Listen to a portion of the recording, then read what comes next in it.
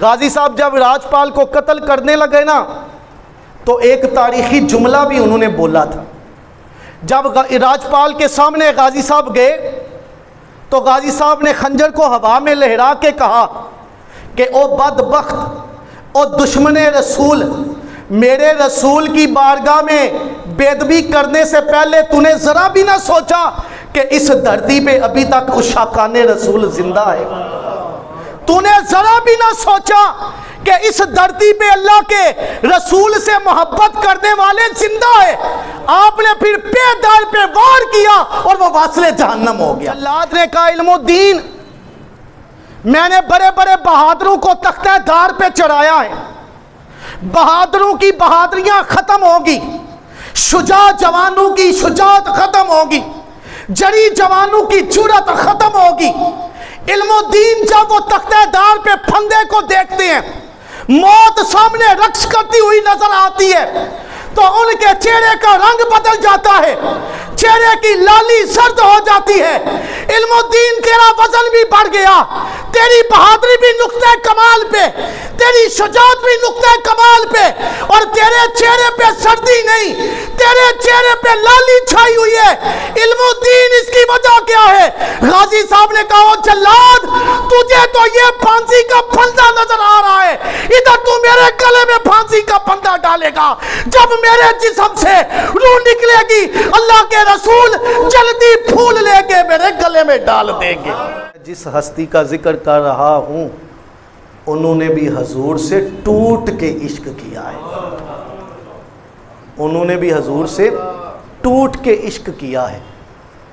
غازی علم الدین شہید رحمت اللہ تعالی علیہ، کون جانتا تھا کہ غازی علم الدین نام کا بھی کوئی شخص ہوگا؟ عشق نے پہچان کروا دی، عشق نے تذکرے چھیڑ دیے. اس کا تذکرہ اہل زمین بھی کر رہے ہیں، اہل آسمان بھی کر رہے ہیں. زمین والے بھی اس کے عشق کی باتیں چھیڑ رہے ہیں، گلی گلی میں باتیں ہو رہی ہیں، بچے بچے کی زبان پہ ہے غازی علم الدین شہید. غازی علم الدین شہید، آپ کی جرأت کو سلام، آپ کے عشق رسول کو سلام. آپ نے امت کو درس دیا کہ جان بڑی قیمتی ہے پر محبوب کی عزت سے زیادہ قیمتی نہیں. آپ نے امت کو درس دیا جوانی کی بہاریں بڑی حسین لگتی ہیں لیکن حضور پہ قربان ہونا سب سے زیادہ حسین لگتا ہے. 21 سال کا نوجوان پرائمری پاس ہے، ان کے ہاتھ راجپال نے کتاب لکھوائی، ہندو راجپال نے. میں اس کتاب کا نام بھی نہیں لینا چاہتا، بے ادبی سمجھتا ہوں اس کا نام بھی لوں. یہ پبلشر تھا راجپال، اس نے کتاب لکھوائی اور پھر اس نے اس پہ خاکے بھی بنوائے، تصویریں بنائی اور ان پہ تبصرے بھی کیے. جو لوگ اخبار پڑھتے ہیں وہ جانتے ہیں کہ جب کسی اخبار کے اوپر خاکے بنائے جاتے ہیں، تصویریں ہوتی ہیں، نیچے بڑے مزاحیہ تبصرے بھی ہوتے ہیں.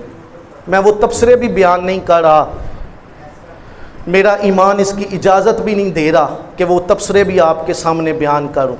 یہ کتاب مسلمانوں نے احتجاج کیا، علماء نے احتجاج کیا کہ ہم اپنے نبی سے بڑی محبت کرتے ہیں، ہماری جانوں سے کھیل لو، ہمارے نبی کی عزت پہ آنچ نہ آنے دو،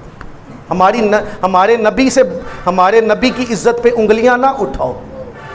یہ کتاب غازی علم الدین شہید کے ہاتھ پہنچی. غازی صاحب نے جب کتاب دیکھی تو آپ نے ایک جملہ بولا. آپ فرماتے ہیں تف ہے تیرے پہ علم الدین، تیری جوانی کا کیا فائدہ کہ تیرے ہوتے ہوئے تیرے نبی کی عزت پہ انگلیاں اٹھائی جائیں، تیرے ہوتے ہوئے تیرے نبی کی عزت پہ انگلیاں اٹھائی جائیں. علم الدین تیری اس جوانی کا کیا فائدہ؟ غازی صاحب نے ارادہ کر لیا کہ میں اس بدبخت کو واصل جہنم کروں گا، اس کو کیفر کردار تک پہنچاؤں گا. غازی صاحب نے ایک خنجر خریدا اور راجپال کی دکان پہ پہنچ گئے. راجپال پہ پہلے بھی حملے ہوئے تھے، پہلے بھی عشاقان رسول نے حملے کیے تھے لیکن وہ بچ گیا تھا. غازی صاحب جب راجپال کی دکان پہ جانے لگے ہیں نا، داتا صاحب رحمت اللہ تعالی علیہ کے مزار پہ آ کے حاضری دی. اور آ کے دعا کیا مانگتے ہیں؟ کہتے ہیں حضور میں آپ کے دربار میں آیا ہوں، میرے پیچھے کوئی لابی نہیں، کوئی مقصد نہیں، صرف ایک ہی مقصد ہے کہ میں حضور کے جو گستاخ ہے نا اس کو کیفر کردار تک پہنچاؤں، کوئی مقصد نہیں۔ آپ نے یہ دعا مانگی، عرضی پیش کی، کہا میری طرف نظر کرم فرمائے، اللہ مجھے استقامت دے۔ ایک مجذوب اٹھا، پاس ہی بیٹھا تھا داتا صاحب کے مزار میں، کوئی نظر والا داتا صاحب کے مزار پہ جائے، بڑے بڑے ولی وہاں بیٹھے ہوتے ہیں، گنج بخش فیض عالم مظہر نور خدا، ناکسارا پیر کامل کاملارا رہنما۔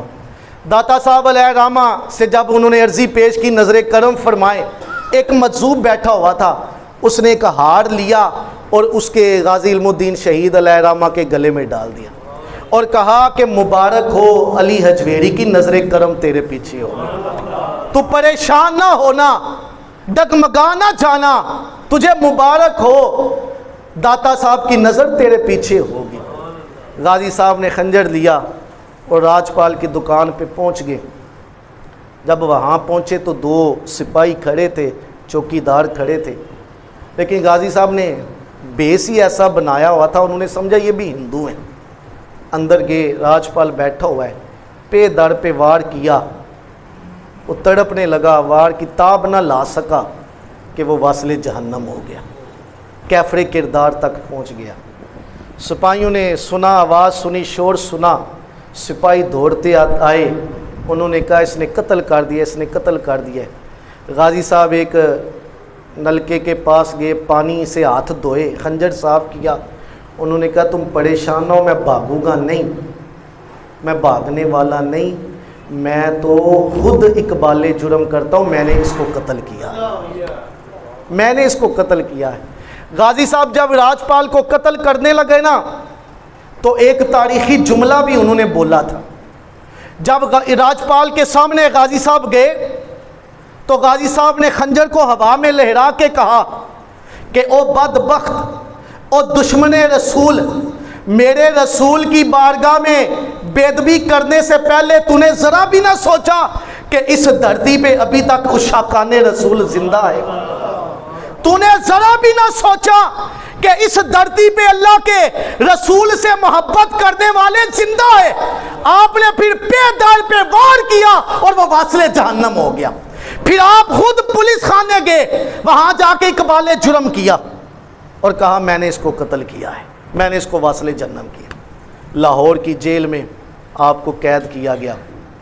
کچھ دنوں کے بعد مقدمہ چلا، علامہ اقبال علیہ رحمہ نے قائد اعظم محمد علی جناح صاحب کو خط لکھا، ان کو بلایا، انہوں نے اپنی تمام تر صلاحیتیں بروئے کار لے کے آئے، تمام تر کوششیں لگا دی کہ کسی طریقے سے غازی صاحب چھوٹ جائے، لیکن ایک جگہ آ کے ان کے حق میں فیصلہ نہیں تھا ہو سکتا، وہ جگہ یہ تھی کہ غازی صاحب نے خود اقبال جرم کیا تھا، غازی صاحب نے خود اقبال جرم کیا تھا، تو اس لیے ان کو سزا، ان کی معافی نہیں ہو سکتی تھی۔ وگرنہ قائد اعظم صاحب نے بڑی کوشش کی، اپنی تمام تر صلاحیتیں بروئے کار لے کے آئے، تمام تر کوششیں بروئے کار لے کے آئے کہ غازی صاحب کسی طریقے سے چھوٹ جائے۔ اب غازی صاحب کو جیل میں ڈالا گیا، لاہور سے میاں والی جیل میں لے کے جایا گیا۔ وہاں جا کے جب غازی صاحب جیل میں گئے تو آپ کو پتہ ہے وہ زمانہ کس کا تھا؟ وہ زمانہ پیر میر علی شاہ صاحب کا تھا، وہ زمانہ امیر ملت پیر جماعت علی شاہ صاحب کا تھا، وہ زمانہ سیال شریف کے بزرگوں کا تھا، وہ زمانہ حافظ ملت امیر پیر جماعت علی شاہ صاحب کا تھا، یہ ان بزرگوں کا زمانہ تھا۔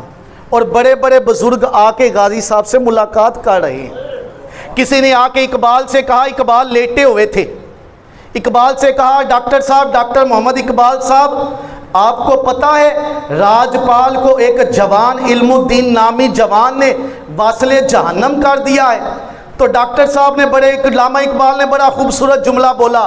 علامہ اقبال فرماتے ہیں ہم اسی گلاں ہی کرتے رہ گئے، ترہانا دا منڈا تے بازی لے گیا ہے۔ ہم صرف باتیں ہی کرتے رہ گئے ہیں یہاں تو دوسرے ترہانوں کا لڑکا بازی لے گیا. اس جوان کی جوانی پہ ڈاکٹر اقبال قربان جائے جس نے عشق رسول کا حق ادا کر دیا ہے.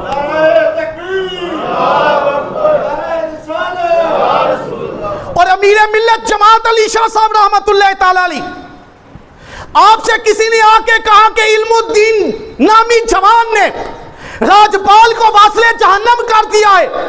آپ فرماتے ہیں ساری زندگی مجھے کبھی کسی پہ رشک نہیں ہوا، حسد نہیں ہوا اور رشک بھی نہیں ہوا.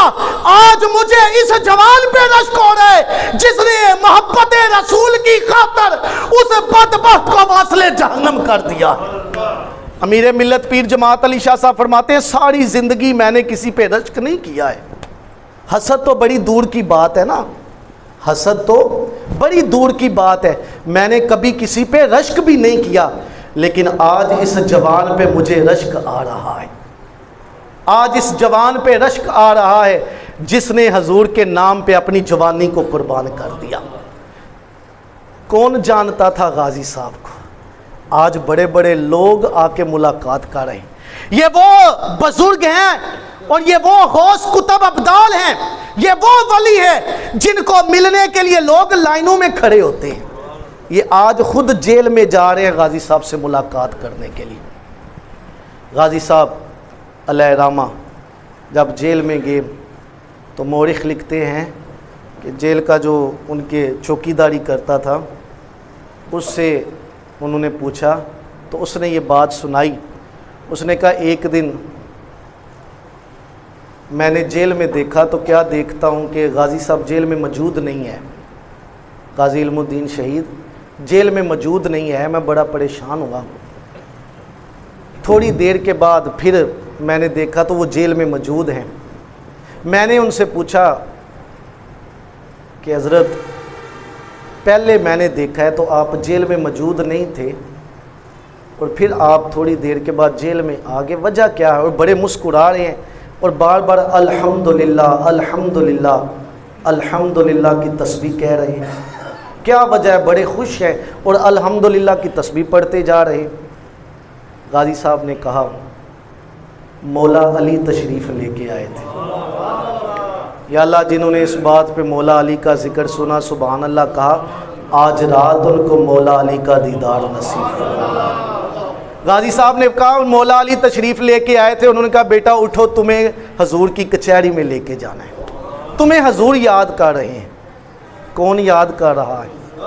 ہم حضور کو یاد کریں. وہ کتنا خوش قسمت ہے جس کو اللہ کے رسول یاد حضور یاد کریں. غازی صاحب فرماتے ہیں میں حضور کی محفل میں گیا، تخت نبوت پہ حضور جلوہ فرما ہیں، اولیاء اللہ صحابہ نیچے فرش پہ بیٹھے ہوئے ہیں. حضور نے مجھے اپنے پاس بلایا. حضور نے فرمایا علم الدین 21 سال کا تو جوان ہے، تو نے ابھی جوانی کی بہاروں کا مزہ نہیں لوٹا، جوانی کی بہاریں نہیں دیکھی، زندگی کی بہاریں نہیں دیکھی. تو ہمارے پاس آنا چاہتا ہے یا پھر تو چاہتا ہے کہ دنیا کی زندگی ابھی گزار لے؟ تو چاہتا ہے کہ تمہیں دنیا کی زندگی دے دی جائے یا ہمارے پاس آنا پسند کرتا ہے؟ جس جج نے سزائے موت کا حکم لکھا ہے نا تیرے بارے میں، وہ جج تمہیں رہائی بھی دے دے گا. کیا خیال ہے حضور کو اللہ نے یہ اختیار دیا یا نہیں دیا؟ خالق کل نے آپ کو مالک کل بنا دیا، دونوں جہاں ہیں آپ کے قبضہ و اختیار میں. داتا صاحب کی کشف المحجوب پڑھ کے دیکھیں کہ داتا صاحب لکھتے ہیں یہ جو نظام روحانی چل رہا ہے یہ حضور کی ڈیوٹی لگائی ہوئی اولیاء چلا رہے ہیں. کیا خیال ہے جس طرف اٹھ گئی دم میں دم آ گیا، اس نگاہ عنایت پہ، اس نگاہ عنایت پہ ذرا جھوم کے ایک دفعہ بول دیں، جس طرف اٹھ گئی دم میں دم آ گیا اس نگاہ عنایت پہ. حضور کی تو جدھر نگاہ ہو جائے ادھر ہی کام بن جاتے ہیں. حضور کی نگاہ تو تقدیریں بدل دیتی ہیں. حضور جدھر نگاہ کر دے مردہ دلوں کو زندگی مل جاتی ہے. حضور جدھر نگاہ اٹھا دے ٹھوس چیزوں میں اللہ جان ڈال دیتا ہے. جس طرف اٹھ گئی دم میں دم آ گیا اس نگاہ عنایت پہ لاکھوں سلام۔ غازی صاحب نے آگے جو جملہ بولا بڑا محبت اور ایمان افروز جملہ تھا۔ غازی صاحب فرماتے ہیں یا رسول اللہ آپ کو دیکھا نہیں تھا، بن دیکھے، جو شروع میں نے بات کی نا بن دیکھے عشق مصطفیٰ، بن دیکھے میں نے اس بدبخت کو واصل جہنم کر دیا اور بن دیکھے اپنی جان آپ پہ قربان کر دی۔ اب تو میں نے حسن کو دیکھ لیا ہے، اب میں کیسے پیچھے ہٹ سکتا ہوں؟ یا رسول اللہ اب تو میں نے آپ کو دیکھ لیا ہے، بن دیکھے میں نے اتنا کام کر دیا ہے اور جوانی کو آپ کے قدموں پہ نچاور کر دیا ہے، تو اب تو میں نے آپ کو دیکھ لیا، اب میں پیچھے کیسے ہٹ سکتا ہوں؟ غازی صاحب کے پیچھے حضور کی نگاہ تھی، غازی صاحب کے پیچھے حضور جسے چاہیں چن لے۔ یہ لوگ چنے ہوتے ہیں، یہ بارگاہ رسالت مآب سے چنے ہوتے لوگ ہیں۔ غازی صاحب علیہ رحمہ جب آپ کا وصال کا وقت، شہادت کا وقت قریب آیا، جس دن آپ کو شہادت ہونی تھی، اس سے 4 دن پہلے حضرت موسیٰ علیہ السلام کی زیارت ہوئی۔ غازی صاحب عرض کرتے ہیں یار اے اللہ کے کلیم اللہ، اتنی کرم نوازی، آپ صاحب کتاب پیغمبر ہیں، اولو العزم پیغمبر ہیں، اور مجھے مسکین کو اپنا دیدار کروایا، اتنی کرم نوازی۔ تو حضرت موسیٰ علیہ السلام فرماتے ہیں علم الدین میں ابھی حضور کی کچہری سے آیا ہوں تو وہاں پر تیرا ہی ذکر ہو رہا تھا، مجھ سے تو میرا ذکر ہی اچھا جو ان کی محفل میں ہو رہا ہے، مجھ سے تو میرا ذکر ہی اچھا جو ان کی محفل میں ہو رہا ہے۔ کیا آپ بھی چاہتے ہیں ہمارا بھی وہاں ذکر ہو؟ ایک وظیفہ نہ بتا دوں آپ کو، اس پہ عمل کریں تو آپ کا بھی حضور کی محفل میں ذکر ہوگا۔ وہ وظیفہ یہ ہے آپ کثرت سے درود پڑھیں، آپ کا ذکر بھی حضور کی محفل میں ہوتا ہے۔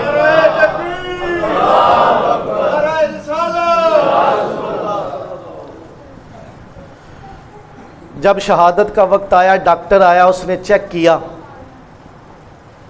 تو ڈاکٹر پریشان ہو گیا۔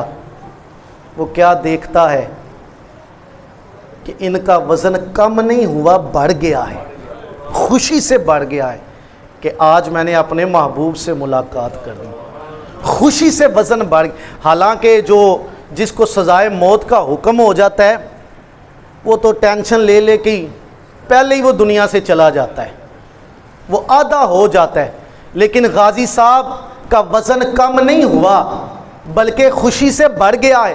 ڈاکٹر نے کہا علم الدین تیرے وزن بڑھنے کی وجہ کیا ہے؟ تو غازی علم الدین شہید فرماتے ہیں کہ میرا وزن کیوں نہ بڑھے، مجھ سے ملاقات کرنے کبھی حضرت موسیٰ تشریف لے کے آ رہے ہیں، کبھی صحابہ لے کے آ رہے ہیں تشریف، اور کبھی نبی آ رہے ہیں، کبھی حضور تشریف لے کے آ رہے ہیں، جلیل القدر اولیاء اللہ تشریف لے کے آئے، پھر میں خوش نہ ہوں، میں اپنی قسمت پہ ناز نہ کروں کہ مجھے ان ہستیوں کا دیدار نصیب ہو رہا ہے۔ جب آپ کو تختہ دار پہ لے کے جانے لگا، جلاد لے کے جانے لگا، تو پوچھا تمہاری آخری عائش کیا ہے؟ کہا سب کچھ مل گیا ہے، ان کے نام پہ قربان ہو گئے، سب کچھ مل گیا ہے، بس ایک خواہش ہے، مجھے شکرانے کے 2 نفل پڑھنے دو۔ آپ نے شکرانے کے 2 نفل پڑھے، تختہ دار پہ لے کے جانے لگا۔ آپ نے روزہ بھی رکھا تھا، روزہ بھی رکھا تھا۔ کسی نے پوچھا غازی صاحب آپ نے روزہ کیوں رکھا ہے؟ فرمایا مجھے حضور کا دیدار ہوا ہے۔ حضور نے فرمایا علم الدین کل ہمارے پاس ہی آ کے روزہ افطار کرنا، ہم نے بھی روزہ رکھا ہے، کل ہمارے پاس ہی آ کے روزہ افطار کرنا۔ جب تختہ دار پہ لے کے جانے لگے تو غازی صاحب کے ہاتھ باندھے ہوئے تھے، آپ نے فرمایا ہاتھ کھول دو، جلاد سے کہا ہاتھ کھول دو، اور میرے سر کے اوپر وہ کپڑا نہیں ڈالنا کالے رنگ کا، وہ بھی ننگا ہی رکھنا، میرا سر بھی ننگا رکھنا۔ جلاد نے کہا ہاتھ ہم اس لیے باندھتے ہیں کہ جب گلے میں پھندا ڈالیں تو جسم تڑپتا ہے، وہ پھر ہاتھ ادھر ادھر مارتے، تکلیف زیادہ ہوتی ہے جان نکلنے میں، تو اس لیے ہاتھ باندھے جاتے ہیں کہ آسانی سے روح نکل جائے۔